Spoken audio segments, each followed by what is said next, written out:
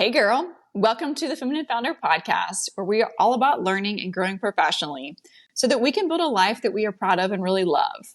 My name is Caroline, and I'm a LinkedIn expert, obsessed with teaching female entrepreneurs how to start, grow, and scale their personal brand and business on LinkedIn. This podcast is all about sharing our stories and learning from each other on how to navigate our professional journey so that we can live our best lives. So if you are just starting your entrepreneurial journey or you're growing and scaling an epic company, you're in the right place, friend.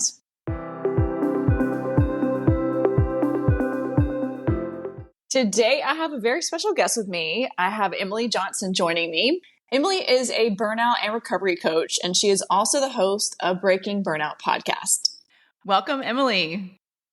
Thank you so much, Caroline, for having me. I'm so happy to be here. So tell me about where you are now and how did you get there? Well, it's quite a long journey and a story, but I think it's really important to share with your audience how I became a burnout coach. So I started my journey in a completely different space. I was an alcohol rep for one of the largest alcohol suppliers in North America, Diageo. I'm not sure if you've heard of them. We were representing Kettle One, Smirnoff, Don Julio, Captain Morgan. And so my job as an alcohol rep was to make sure those big brands were being sold off the bar shelves, were being visible in the bars. So my lifestyle and my career was heavily based in the nightlife industry. And I did that for a few years in my 20s. And while the experience taught me a lot about my values, my profession, it landed me a bunch of skills. But after a few years, I started to really feel the demands of the job weighing on me. I started to feel burnt out. I started to not feel aligned with how I was spending my day to day. And so I took a huge leap of faith and I ended up pursuing a passion in nutrition and wellness, something I've always looked up to. But I finally had the courage to actually make this change. So I went back to school to be a nutritionist.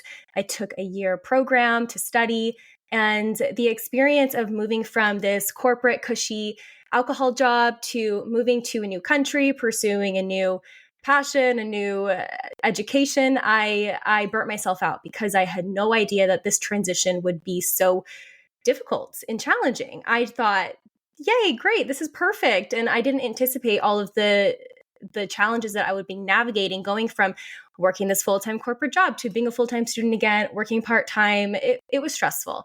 And so you can see that I experienced burnout in my corporate job. I experienced burnout as a student, as a nutritionist. And then I graduated nutrition school and I started my online nutrition business.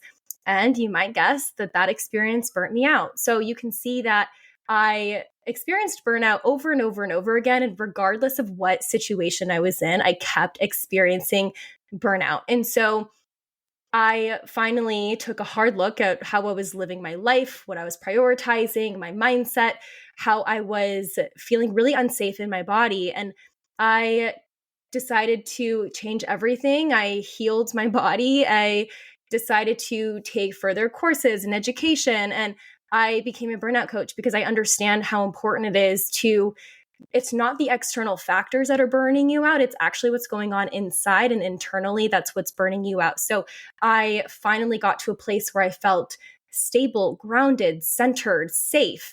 And now I teach other women to feel the same. Okay, this is kind of wild that you and I met on LinkedIn because I actually work for an alcohol company too in North America. I was on the wine side, so I was a wine rep. And I did that for a year and a half. So my background, I was a corporate executive recruiter on the agency side. I did that for about 12 years, burnout. Went and did alcohol sales, did that for a year and a half. Then went back into recruiting for 3 years and burnout again. So I can completely relate to your timeline there. That's so funny. Yeah. So you'll see that regardless of what profession you were in, it actually was you're burning out because of what's happening inside, how you're managing the stress, not because of the job, not because of the transition, not because of the uncertainty. It's how you're handling it. Wow, that's so cool. I love that fact. So tell me, what exactly is a burnout recovery and prevention coach? Oh, such a good question. Honestly, What I do with my clients really ranges. Yes, we are addressing burnout, but we're also addressing the mindset, your internal narrative, building self awareness. I'm helping you cultivate a safe space inside of your body through somatic practices, through talk therapy, through different self care practices and rituals that will make you feel more aligned with who you are inside, making you develop a better relationship with yourself, prioritizing your well being. Oftentimes, we're burnt out because we are putting everyone else's things before us, everyone else's commitments before us, and we're not honoring our emotions, we're not honoring our needs. And so, a burnout coach does so much, ranging from stress management to even manifestation, getting you so aligned with how you want to live your life. Are you feeling fulfilled? Because that's a huge piece of burnout, too. Oftentimes, we're putting all of our energy into something that's actually making us feel like it's sucking our soul out. So, I even help my clients with their careers. Like, are you in the right career path? Is there some opportunity for you to pursue a passion? So, as you can see, it's a very wide range of scope. So, I mean, I call myself a burnout coach, but honestly, it is so much more than burnout. So, what exactly causes burnout? A lot of things, a lot of things. But let's first start talking about what burnout is. So, burnout is when you're chronically stressed for a long period of time. Burnout is when you are in that freeze state. You feel hopeless, you feel helpless, you feel like you can't move on. You might be depressed, you might feel like, what's the point? Those are all signs of burnout. And so, oftentimes when we are in that burnout state, we're it's already like too late, right? We're already like there's no option at this point. So I forget, what was the question you asked me? How, what causes burnout? So what causes burnout is when we're in that fight or flight response chronically, over and over and over again. And so how we identify for burnt out is those feelings of helplessness, hopelessness, like you've really lost connection to your why, your purpose. Is this for me? What am I doing here? Is life even worth living? I know that's really, really dark, but that is what we call a freeze state. And so when we're chronically stressed, we're in that fight or flight state, which over time, if we keep experiencing that fight or flight, we're eventually going to get to that freeze state where we just feel like we want to lay at the end of our bed and not move. And there's nothing that will get us out of bed. That is what causes burnout. Does that make sense? It does. So let me ask you this. I am here listening and learning from you, and I'm in my late 30s. I've experienced burnout 2, if not 3 times yet so far in my life, in my career. Is there a way that you can just completely avoid burnout in your life? That's a really good question. I would say there are countless ways for you to prevent burnout. However, even as a burnout coach, I still will experience burnout. However, the thing is, when you get to a place where you're comfortable listening to your body, taking notes of cues, symptoms, then it's a lot harder to burn out when you've developed that really strong relationship internally, when you can identify how you're feeling. Because let's say you're in a stressful situation. Let's say, me 5 years ago, when I was working that corporate job and I was in this really stressful scenario, instead of listening to my body to rest, take a sick day, pause, I would just push through. But now, because I've learned so much about burnout, how to prevent it, I understand what to look for internally. And so now that I know what to look for, it is a lot less likely that I am going to burn out. If I do burn out, it's very temporary. It maybe last a couple of days, or I know it's coming and I can quickly make a change. And I have developed this internal confidence and knowing, intuition, you could say, where I know if something is not right for me.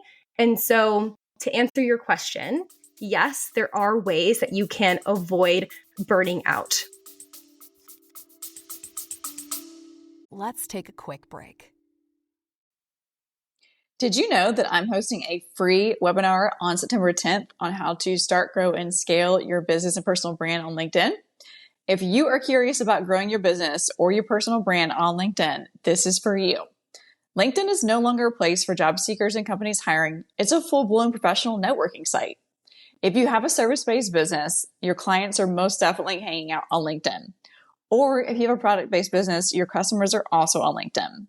So come join me Tuesday, September 10th at 1:30 Eastern Standard Time. This will be a free 30-minute webinar on Zoom, and I can't wait to see you there. Have questions? Send me a DM. Link to register on my website and click the webinar tab.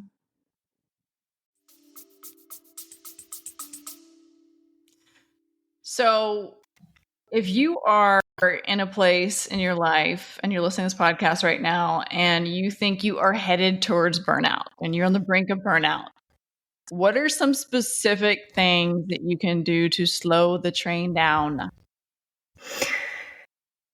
Great question. I think the first thing, the very, very first thing that you must be comfortable doing to either recover from burnout or prevent burnout is develop a deep relationship with your internal voice. What that looks like is being comfortable sitting, being comfortable doing nothing, being comfortable with your thoughts, understanding that thoughts are not thoughts, they are just there. And I think that's a huge piece of the learning puzzle with burnout is understanding like what's actually true and what's just my fear talking or my anxiety talking. And so when we have cultivated this relationship internally with trusting ourselves and listening to our bodies, listening to any aches or pains or sensations that don't feel good in our bodies, that's the first step, is to just simply pay attention to those things. The second thing I will say is you want to address your lifestyle. Are you sleeping well? And I mean, what is the time that you're going to bed? You want to make sure you're going to bed at the same time, roughly every night before 11 o'clock. Those sleeping hours before 12 are so important. I go to bed at like 9, 10 o'clock latest, and I'm really consistent, making sure you're getting quality sleep. That is huge. What are you eating? Are you eating processed foods or are you eating nutrient dense foods that are fueling your body? What are you consuming? Are you constantly rotting on social media, in TV, in the media? Making sure that you're aware of what you're consuming. Who are your friends? Are they people who are going to suck the energy out of you or give you energy, right? What you consume is so important to preventing burnout. So lifestyle, and then also building that deep relationship with yourself. Ooh, I'm glad that you went there because I love all of those topics. I'm with you. I go to bed between 9 and 10 every single night, and I wake up at 5 to work out and be at the gym at 6, 5 days a week. And it matters. I mean, who you surround yourselves with. I mean, do your friends, do they gossip? Do they talk negatively about other people, or are they lighting you up and encouraging you? You have to really think about those things. And even if you've been friends with someone for a long time, that doesn't mean that they still get space to be close to you. Absolutely. And I'm so glad that you brought that up, because part of having strong relationships with others, you have to have a strong relationship with yourself. And I think that if you don't have a strong relationship with yourself, then you're going to attract others who might not serve you for the best. Does that make sense? It does. And it's interesting, as I've, going through adulthood, your friendships change, and that's okay. And because you grow and evolve as a human being, and if you're not growing and evolving, you're dying or just treading water, which who wants to do that? And it's okay to level up your friends. It really is.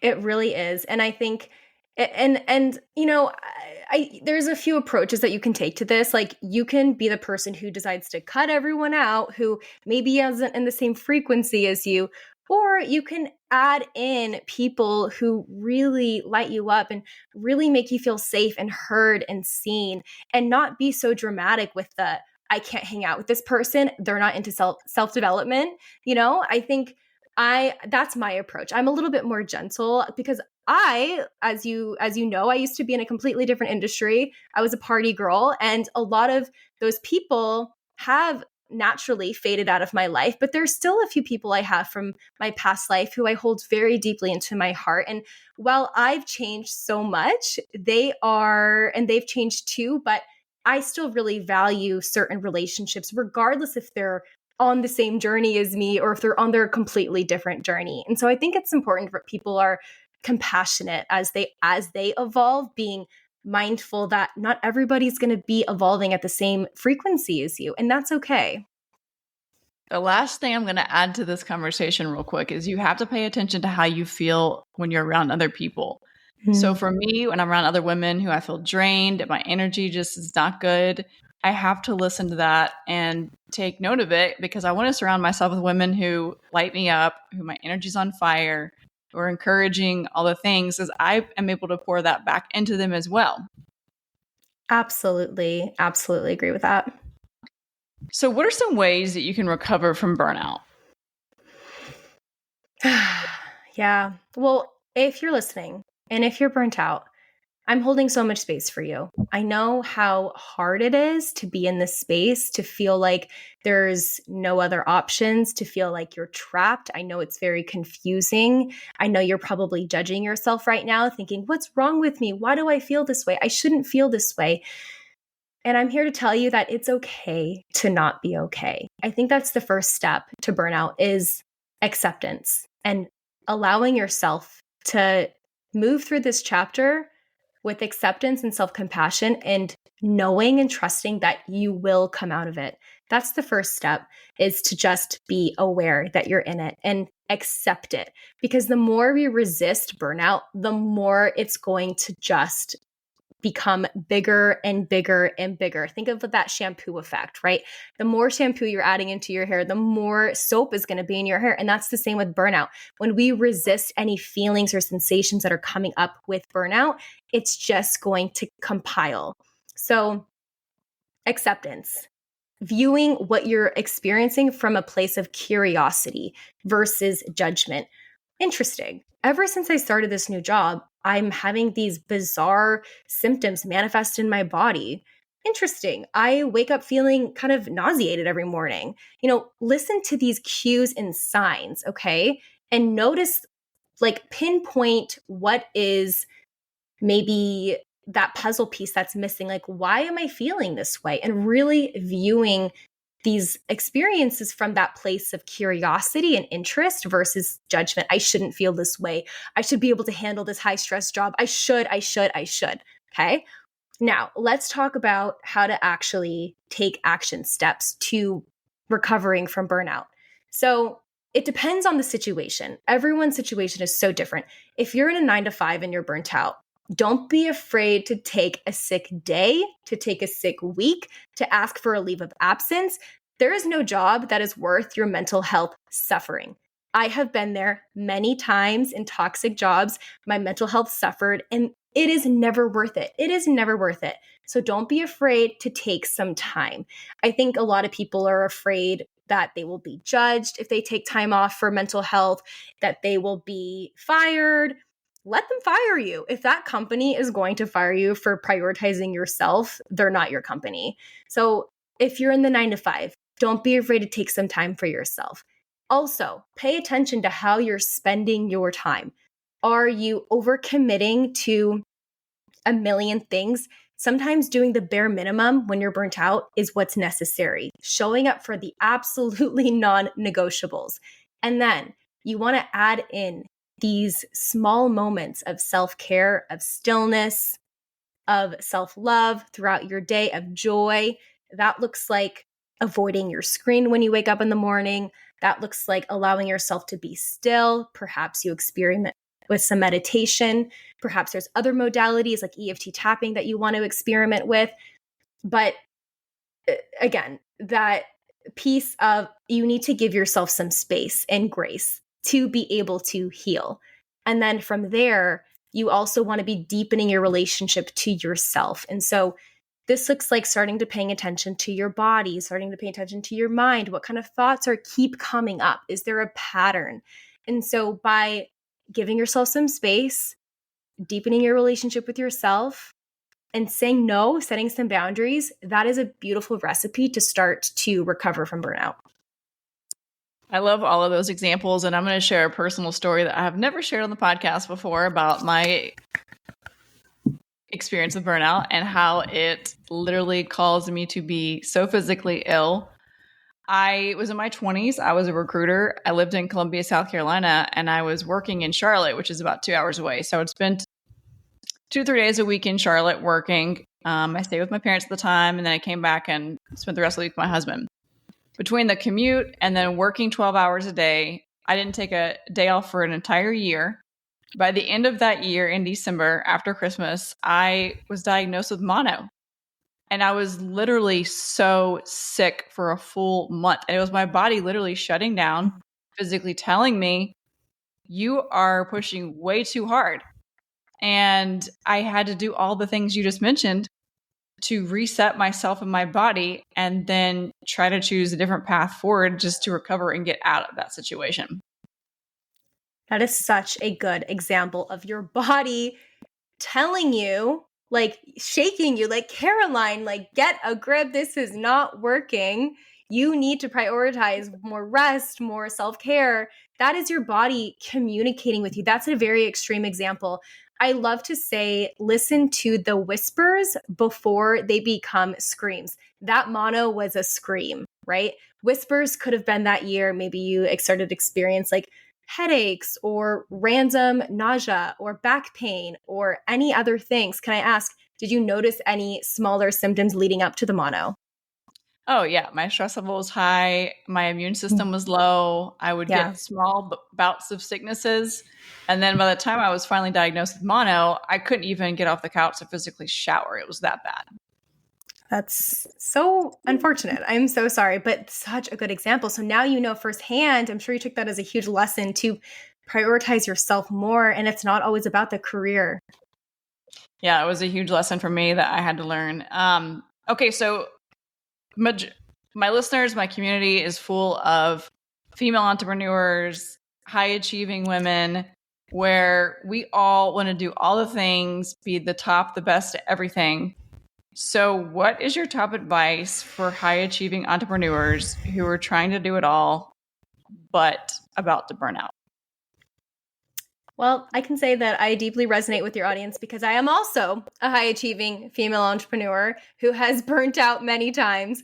And so I get it. Believe me, girls, I get it. We are powerful beings. We know what we want. We hold that vision. Believe me, I'm right there with you. Here's what I would say. If you want to do all the things, you have to view rest as important as taking aligned action. Look at your calendar, and I want you to actually schedule in moments of rest, of self-care, of joy. How often are you gifting yourself time for you? View that as important as taking aligned action towards your business goals. Because ultimately, when you're an entrepreneur, you are your business. If you are unwell, your business is going to be unwell. If you're mentally, physically, emotionally, and spiritually thriving, your business will be thriving. Oh, so good. Pure gold right there. Okay, so what is lighting you up with some of the clients you're working with right now? That's a great question. So right now I have this beautiful private community, and there's a lot of, I just naturally attract women who are entrepreneurs, or either they work that 9 to 5 and they're entrepreneurs.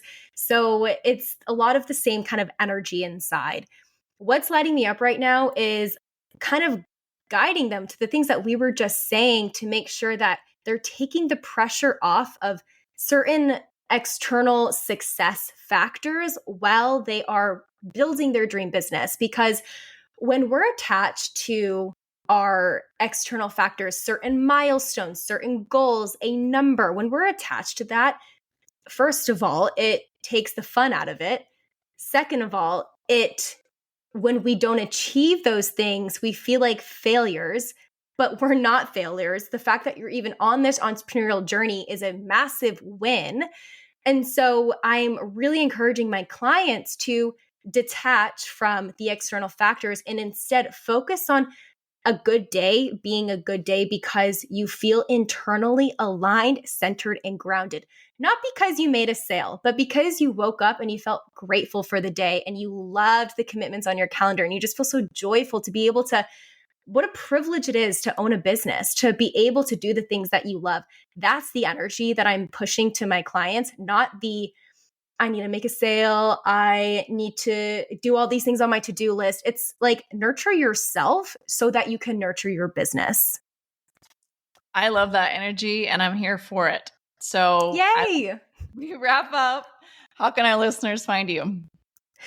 Great question. So I'm on LinkedIn. You can find me at Emily Johnson, Burnout Coach. You can find me on Instagram at Burnout with Emily. I also have a podcast called Breaking Burnout. It's released every Friday. And what else? Just come say hi. If you resonated with anything that I said in this episode, send me a DM. I would love to connect, love to chat. I love building my network of like-minded women who are powerful on the same journey. So I'm here for you. And Caroline, this was such a great conversation. Thank you so much. Thanks, Emily.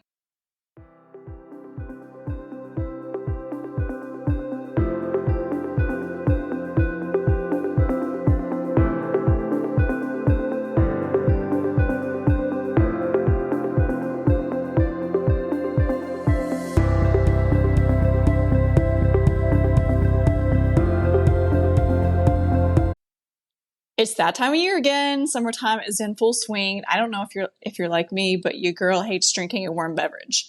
That's why I created Chilled Vino. Chilled Vino is my patented drinkware product, designed with innovative cooling technology to keep your wine or cocktail cold. With a long stem and elegant feel, you can enjoy your wine or cocktails outdoors. Chilled Vino is shatterproof and resembles a wine glass made of BPA-free plastic. You place it in the freezer 4 hours prior to using and remove, and voila, it'll keep your wine cold for hours. You can find at www.chilledvino.com or on Amazon.